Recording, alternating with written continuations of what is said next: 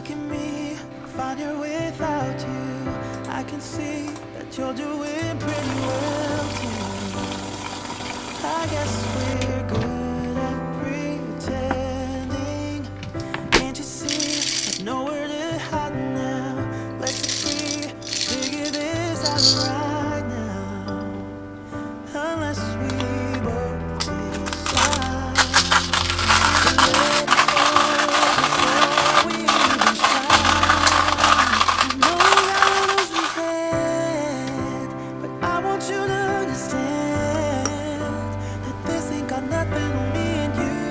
No matter how badly that we've been bruised, and maybe we can still be friends. Our story doesn't have to end. I'm sorry we got out in such a hurry. We went to the bottom, but it was worth it. Maybe we could still be friends.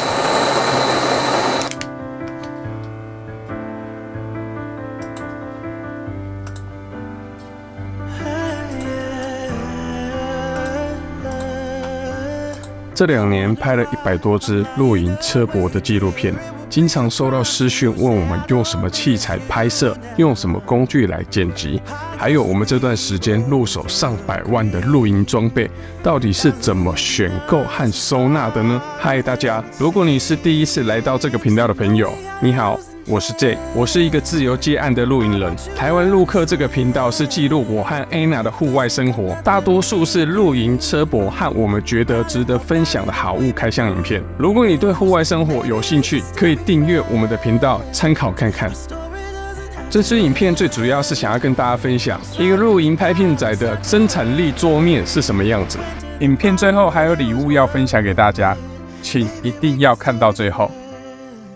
小小一间的工作室包含了我和 Anna 的办公桌和一部分的露营装备。我们所有的影片都是在这里产出。我们每周有2-3天的时间在户外，其他大部分的时间都待在这里。首先看到的是撑起整个生产力最主要的桌子，因为工作间太小的关系，摆不下2张超过100公分的桌子，又经常一坐就是一整天，通常待没多久就会变成这个样子。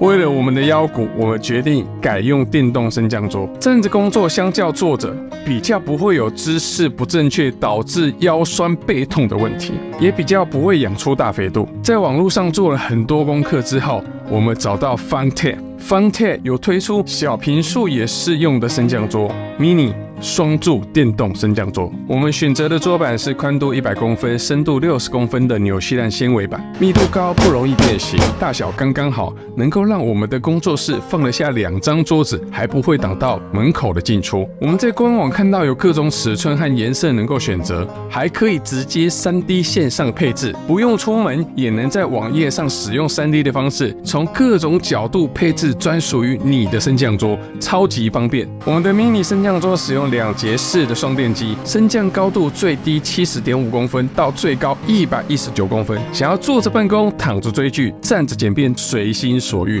电机承重80公斤 ，Anna 整个坐在上面，加上所有的设备一起升降，依然一样顺滑，丝毫没有影响。控制面板能自由选择在桌面的左边或右边安装，内建一个 Type C 和一个 USB-A 充电孔，很方便，随时能充电。下方还有儿童安全按键锁，防止误触。粘断记忆功能，可以按照习惯设定理想的高度。1号是坐着办公的高度，2号是站着办公的高度。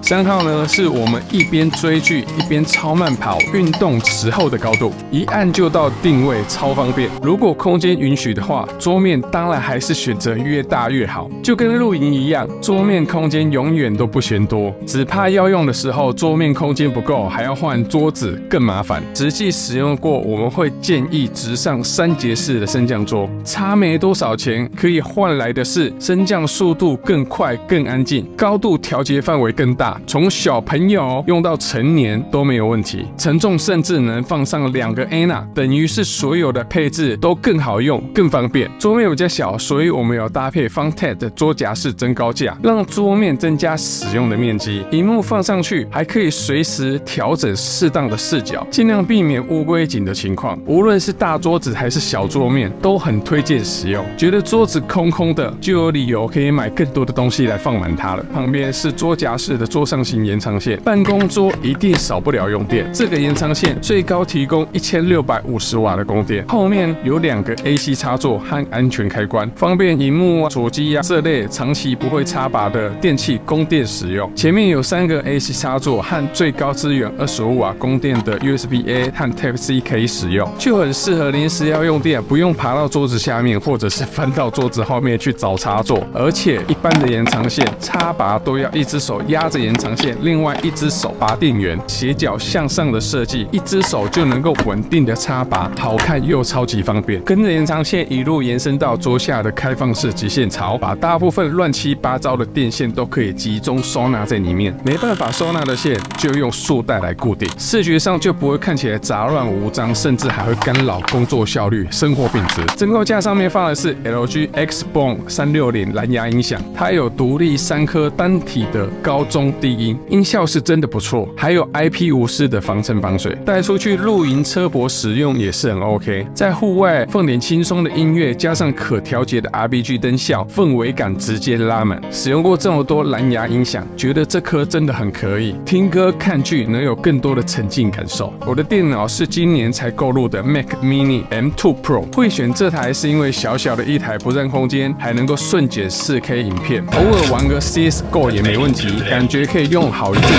不用换电脑。无论是用 Mac Mini 或者是之前的笔电作业，都需要一个非常好用的极限器来提升我们的工作效率，更不用说 Mac Mini 连读卡器都没有，所以入手了 Desktop 的7合1极限器。真的很喜欢这种桌夹式的配件，定点使用，一只手就能操作，还不会滑来滑去的，超方便。它支援 USB 3.2 Gen 2高速连接，包含一个 USB-C、2个 USB-A 以及4合1读卡机，加上一组 3.5 的音源麦克风插孔，支援常见的 SD 大卡和小卡，还有比较少见的 CF 大卡和 MS 记忆卡。这台 Hub 对于经常需要读卡的朋友真的超级实用。为了想要产出 4K 影片，也入手了 ASUS ProUp Display 27寸的 4K 显示器，它的接孔非常多元，支援 Thunderbolt， 能用一条 USB-C 线来连接，还能顺便给笔电充电，超方便。还另外给你2个 HDMI、2个 DisplayPort、3个 USB-A 和一个支援 PD 15瓦充电的 USB-C。如果你经常有剪片或者是修图、制图的需求，这一台算是 CP 值很不错的萤幕。旁边竖着的副屏是使用10多年前存活到现在的 ASUS 显示器，平时就是看看讯息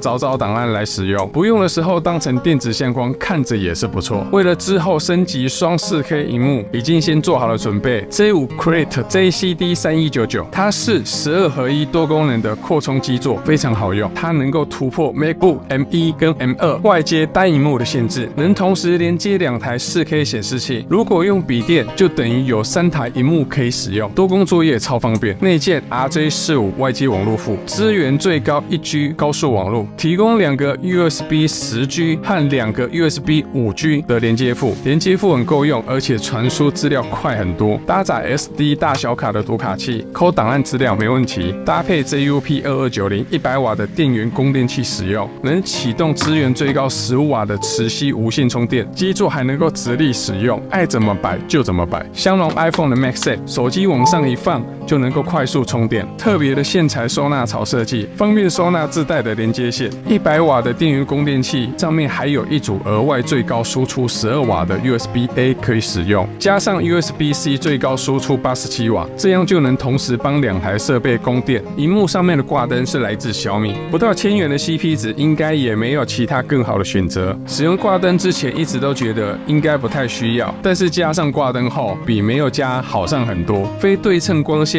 它可以让萤幕不会反光，照明的角度也只照亮桌面，不会刺眼。无段可调的色温和亮度可以用遥控器来调整。如果你的办公环境光线不足的话，这个真的可以入手，不错用。承载2台显示器的是使用瑞米 LS3 铝合金气压式双萤幕直架，是专为小桌面空间设计的。短轴前臂能够让萤幕更贴近墙面，桌面就能够腾出更多的空间。3轴旋转系统能随心所欲的调整到任何你想要的位置，推拉很滑顺，一放手就到定位，不会垂头。卡扣支援7.5和10公分的安装孔距，大部分的萤幕都能使用，安装更简单更安全。如果还没有用过萤幕支架的话，很推荐试试看，因为用过就回不去了。键盘是罗技的 K580 多功无线键盘，可以用蓝牙或是连接器同时连2台设备使用，一键切换还蛮方便的。体型轻薄，打字很安静，还有手机槽能够放手机。滑鼠是罗技的 G304，这2样搭配是我觉得 CP 值很高，也很好上手的选择。我们坐的2张椅子都是临时就近去 IKEA 买的，未来如果有找到更舒服的椅子，再跟大家分享。嘿。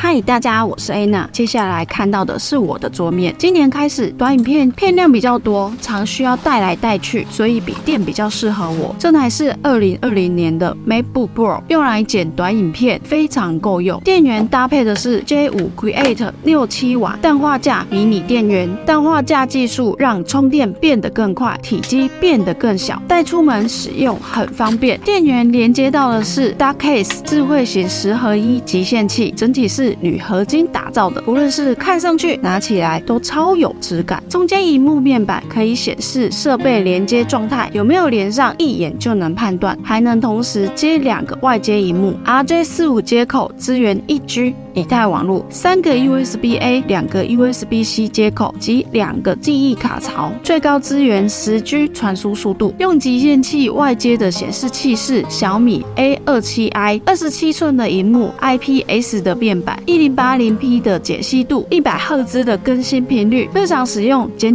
短影片完全没问题。不到3千的入手价格，入手也没什么压力。小米的萤幕挂灯是 J 觉得不错用，就买来硬要我用的。虽然我常常忘记开，但使用起来也是真的不错。可是为什么小米的挂灯挂在小米的萤幕上是这样松垮垮的呢？自家不合。我的笔电和萤幕支架是瑞米的铝合金萤幕笔电支架，到货后是我自己一个人安装的，所以一个女生也不用担心，不会太重，拿不动，也不难安装，很简单。而且换电脑不需要笔电托盘的话，也可以变成2台萤幕支架来使用。支架支援17到32寸萤幕，同样支持7.5和10公分2种孔距安装，悬臂个别承重1到8公斤，还有隐藏式的收线槽，笔电架伸缩拉夹，最高支援到17.3寸的笔电，最高承重5公斤，行动电源放上去也没问题。桌面右手边有来自 Bosch 的直立可调式无线充电盘，美美的，还能让手机直立充电，也能调整成横放充电。有讯息来，我一眼就能看到，都不用拿起来扫脸，超方便。支援15瓦无线快充，无论哪种手机厂牌都能充电哦。厚度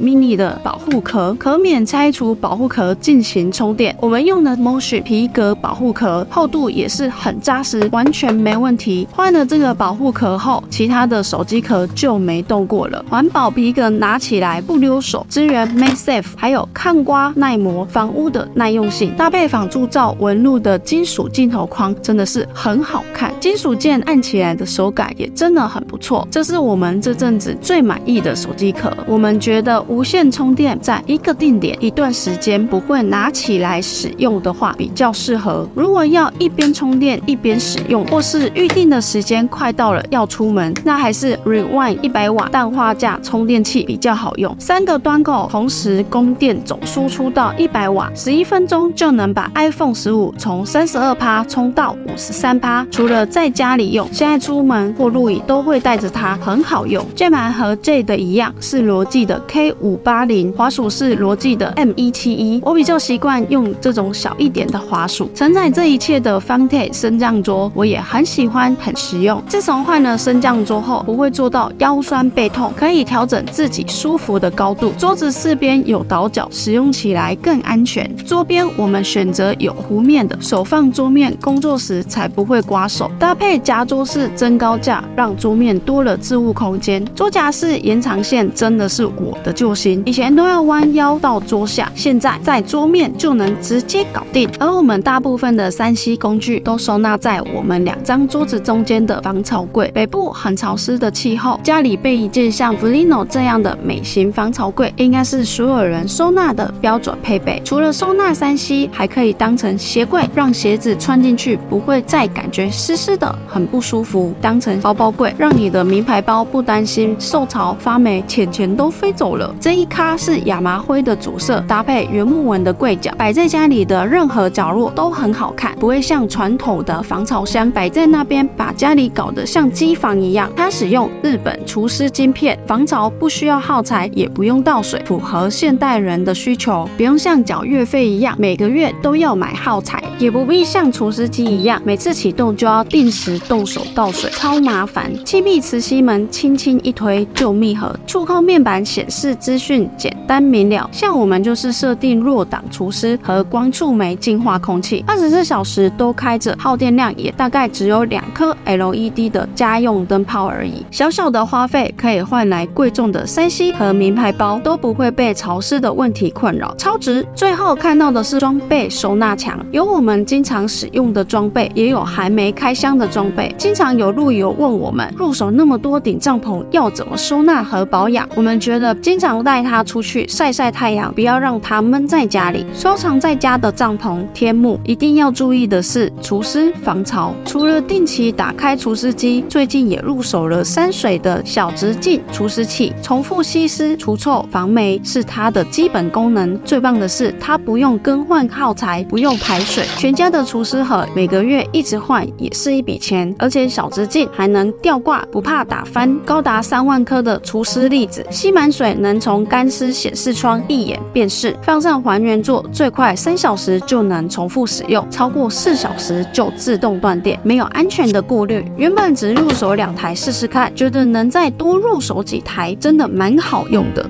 希望这支影片能有一点参考的价值。我们使用的各种商品都放在说明栏，有需要的可以自行连结。这些都是我们实际使用，虽然不一定符合每个人的使用习惯，但绝对不雷，可以放心入手。最后我们来抽个奖吧，只要订阅台湾陆客频道，按赞这部影片，并留言写下看完这支影片你最有兴趣的东西，就抽出总价值近8000元的奖品给3位幸运的朋友。详细说明请看说明栏，就人来抽奖吧，拜。